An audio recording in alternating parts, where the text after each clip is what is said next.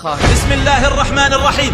من خالد بن الوليد إلى مرازبة فارس، سلام على من اتبع الهدى، فالحمد لله. أحييكم وبالأشواق ناتيكم، فأغلى وردنا أنتم. السلام عليكم ورحمة الله تعالى وبركاته. أدوني سلامي.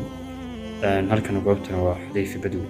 hore waxaad aan ka waday taariikhda dawladda Umawiya kadib waan joojiyay.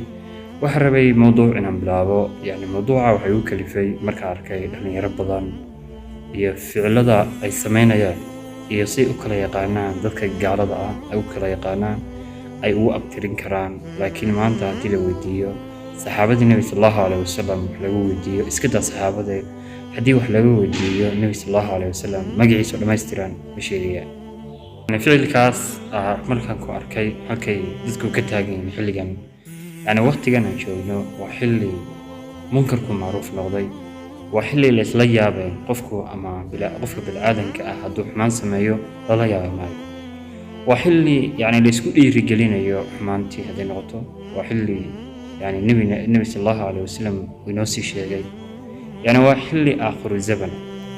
markaan arkay halkay ka taagan yihiin dadka dhalinyarta ah yar iyo weyn siirada Nabi sallallahu alayhi wasallam, waxaan go'aansaday inaan mowduuc aad u muhiima idanka Ilaahay inaan dejiyo. mowduucaas aadka muhiimka ku saabsan yahay taariikhdii saxaabada iyo taariikhda Nabi sallallahu alayhi wasallam iyo taariikhda ambiyada ku saabsan yahay.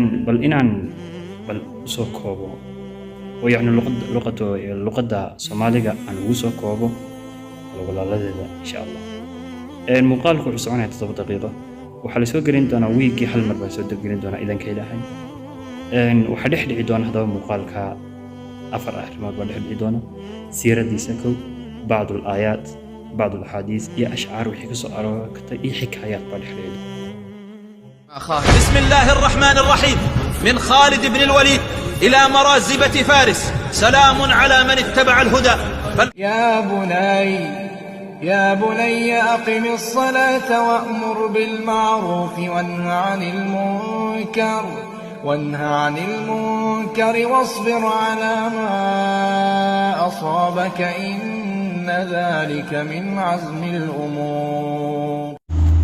حارت الأفكار في حكمة من قد هدانا سبلنا عز وجل.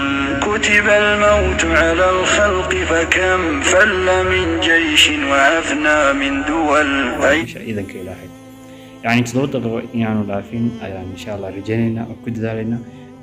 inta aan soo qaadan doonana waxaan rajaynayaa idanka Ilaahay inay noqoto in waano inuu filan dhee kasta marka laga eego waana inuu filan insha Allah idanka Ilaahay. waa aquukum Xudayfi. Assalaamu calaykum warahmatullahi ta'ala wabarakatuh.